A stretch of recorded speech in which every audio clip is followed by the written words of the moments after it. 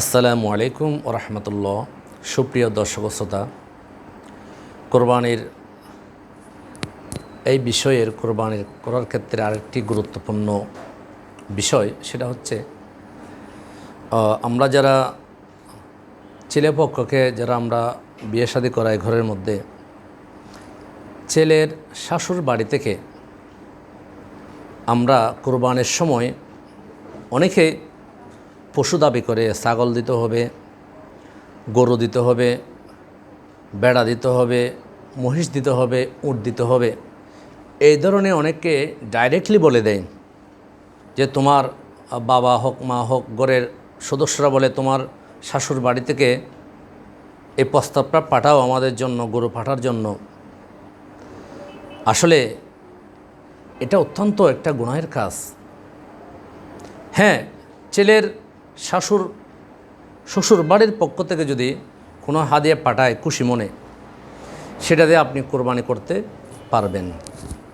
কিন্তু আপনি দাবি করে নিছেন ওরা পাঠাইছে, কিন্তু আপনার কোরবানিটা হয়ে যাবে, কিন্তু আপনি এখানে আপনি গুনাহের মধ্যে লিপ্ত হয়ে যাবেন, গুনাহের মধ্যে শরিক হয়ে যাবেন, আপনার আমলনামায় গুনাহ যুক্ত হয়ে যাবে।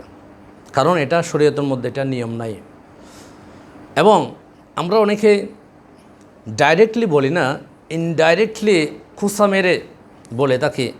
ঘরের মধ্যে আপনি ছেলেকে বিয়ে শাদী করিয়েছেন, এখন ঘরের মধ্যে এসে বলতেছেন অমুকের ঘরের মধ্যে তার শাশুর বাড়ি থেকে বড় একটি গরু পাঠিয়েছে, বড় একটি ছাগল পাঠিয়েছে। আপনি ডাইরেক্টলি বলতেছেন না, ইনডাইরেক্টলি বলতেছেন। তাহলে ডাইরেক্টলি না বললে কিন্তু এটা আপনার মনের মধ্যে সেটা আছে, দাবি করার নিয়তটা আপনার মনের মধ্যে আছে, আপনি এটা মনে মনে এটা কিন্তু দাবি করতেছেন। তাহলে আপনার কোরবানিটা হয়ে যাবে, ছেলের শ্বশুর বাড়ির পক্ষ থেকে দিলেও আপনার কোরবানিতে হয়ে যাবে, কিন্তু আপনি এখানে গুনাহের কাজে লিপ্ত হয়ে গেলেন, আপনার আমলনামে গুনাহযুক্ত হয়ে যাবে।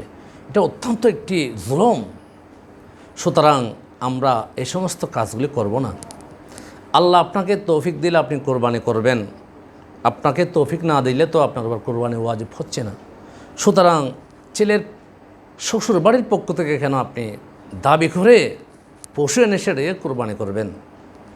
তাহলে যে কোরবানি করা আল্লাহর সন্তুষ্টির জন্য আমরা কোরবানি করতেছি, সেখানে কিন্তু আল্লাহর সন্তুষ্টি অর্জন হচ্ছে না, রসুলের সন্তুষ্টি অর্জন হচ্ছে না।